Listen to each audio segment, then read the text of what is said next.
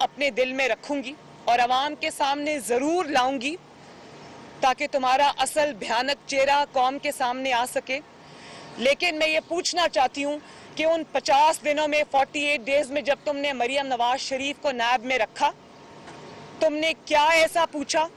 اور کیا 1.5 سال بعد تمہیں اچانک ضرورت پیش آ گئی کہ وہی کیس کو تم نے دوبارہ کھولا, جبکہ میرے ایسٹس بھی وہی ہیں, میرے اوپر الزامات بھی کوئی نہیں ہیں اور تمہاری انویسٹیگیشن میں بھی کوئی نیا موڑ نہیں آیا. تو اچانک 26 مارچ کو جب لانگ مارچ فکس تھا, اس میں اچانک تمہیں مریم نواز کو نوٹس دینے کی کیا ضرورت پیش آئی؟ ضرورت یہی پیش آئی کہ آپ نے خود کہا ہم سیاسی نہیں ہیں, لیکن آپ نے لاہور ہائی کورٹ میں جو میری ضمانت کی کینسلیشن کی پٹیشن کی, اس میں آپ نے یہ واضح طور پہ لکھا کہ مریم نواز کے جو وہ اپنی ضمانت کا غلط استعمال کر رہی ہیں اور وہ اداروں کے خلاف بیان بازی کر رہی ہیں. تو کیا میں یہ کہنے میں پوری قوم کے سامنے حق بجانب نہیں ہوں کہ اگر تمہارے الزامات میں رتی برابر بھی کوئی سچائی ہوتی یا کوئی دم خم ہوتا تو تم مجھ پر الزام لگاتے, تم مجھ پر یہ سیاسی الزام نہ لگاتے کہ آپ اداروں کے خلاف بیان بازی کر رہی ہیں. بھئی اداروں کے خلاف بیان بازی کا چوکیدار نیب کو کس نے بنایا؟ آپ آئین اور قانون کی بات کرتے ہیں, سب سے بڑی وائلیشن تو آئین اور قانون کی آپ تب کر رہے ہیں جب اپنے دائرہ اختیار سے باہر نکل کر آپ کھیلتے ہیں اور پھر آپ یہ سوچتے ہیں کہ کسی کا ریاکشن نہیں آئے گا. یہ بالکل غلط ہے. میں ایک دفعہ پھر یہ بتا دینا چاہتی ہوں نیب کو بھی اور اس کے پیچھے جو ایک کردار ہے جس کا نام عمران خان ہے, اس کو بھی یہ بتا دینا چاہتی ہوں کہ یہ جو نیب کا تھریٹ ہے نا, اب اس کو مریم نواز شریف پہ اور نواز شریف پہ اور پاکستان مسلم لیگ نون پر استعمال مت کرنا, کیونکہ نہ نواز شریف, نہ مریم نواز, نہ پاکستان مسلم لیگ نون تمہاری نیب سے ڈرتی ہے, نہ وہ تمہاری جیلوں سے ڈرتی ہے, نہ وہ تمہارے انتقام سے ڈرتی ہے. ہم نے سر اٹھا کر الحمدللہ تکلیفیں برداشت کر کے تمہارے انتقام کا سامنا کیا اور اللہ تعالیٰ نے ہمیں عوام کی نظر میں سرخرو کیا. اب حساب کی باری ہے اور انشاءاللہ تعالیٰ پاکستان کی عوام نیب سے اور نیب کی انتقامی کارروائیوں سے, ان آٹا چوروں سے, بجلی چوروں سے, چینی چوروں سے, ووٹ چوروں سے حساب لے گی اور ضرور لے گی انشاءاللہ. یہ بتا دیجیے گا کہ بلاول بھٹو زرداری اور آپ ساری پی ڈی ایم جماعتیں تنقید کرتی ہیں حکومت سلیکٹڈ کی حکومت ہے, سلیکٹڈ نے ملکی کی ہے, جبکہ گزشتہ دنوں بلاول نے بتایا کہ لاہور کا ایک گھرانہ ہے جسے سلیکٹ کیا جاتا رہا, اور آپ نے بھی ایک ٹویٹ کیا کہ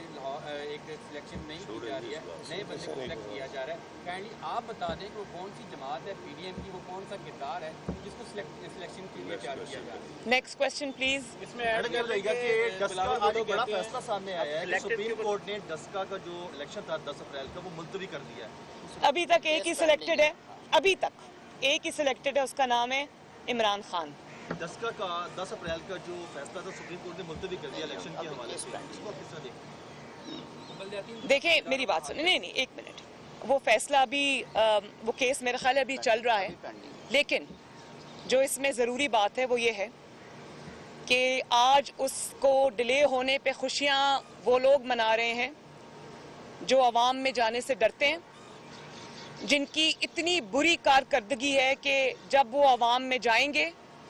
تو وہ ان کو ناکامی اور رسوائی کا سامنا کرنا پڑے گا. اسی لیے ان کو ڈسکا کے الیکشن میں فائرنگ کرنی پڑی, جانیں لینی پڑی, پولنگ سٹیشنز کے دروازے بند رکھنے پڑے, تھیلے اٹھا کر بھاگنا پڑا, اور جب اس سے بھی کام نہ بنا, جب پھر بھی ہار گئے تو جو پولنگ سٹاف ہے ای سی پی کا, پریزائڈنگ آفیسرز, انہی کو اٹھا کے بھاگنا پڑ گیا. تو سلیکٹڈ تو سلیکٹ ہوتا ہے اور اس کو سلیکٹ ہونے کی عادت ہے. جہاں جہاں ووٹ کی بات آئے گی, عوام کے ووٹ کی بات آئے گی, تو وہاں سلیکٹڈ بھاگے گا. اور آج ہم ان کو بھاگتا ہوا ہم ان کو دیکھ رہے ہیں, وہ عوام میں جانے سے ڈر رہے ہیں اور وہ کوشش کر رہے ہیں کہ ان کو الیکشن میں عوام کا سامنا نہ کرنا پڑے اور سپریم کورٹ کے کندھے پر رکھ کر وہ یہ بندوق چلائیں اور سپریم کورٹ سے ہی ان کو کوئی ریلیف مل جائے اور ان کو عوام میں نہ جانا پڑے اور یہ فیصلہ وہ سپریم کورٹ سے ہی لے لیں. لیکن دیکھیں پوری دنیا کے سامنے وہ ثبوت اس دن آئے, پوری دنیا نے دیکھا کہ کس طرح انہوں نے پورا ڈسکا جو ہے وہ انہوں نے میدان جنگ بنائے رکھا اور کس طرح انہوں نے خوف و ہراس کا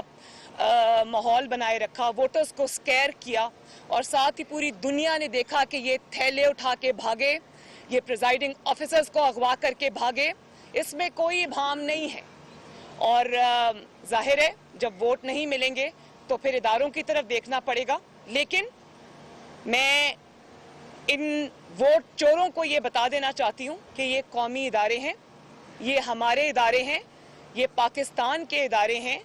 یہ تمہاری ووٹ چوری میں تمہیں ان کی طرف نہیں دیکھنا چاہیے. ہمت ہے تو نواز شریف اور مسلم لیگ نون کا میدان میں آ کے مقابلہ کرو. میدان سے اگر تم بھاگتے ہو تو تم نہ صرف ووٹ چور ہو بلکہ بگوڑے بھی ہو, جو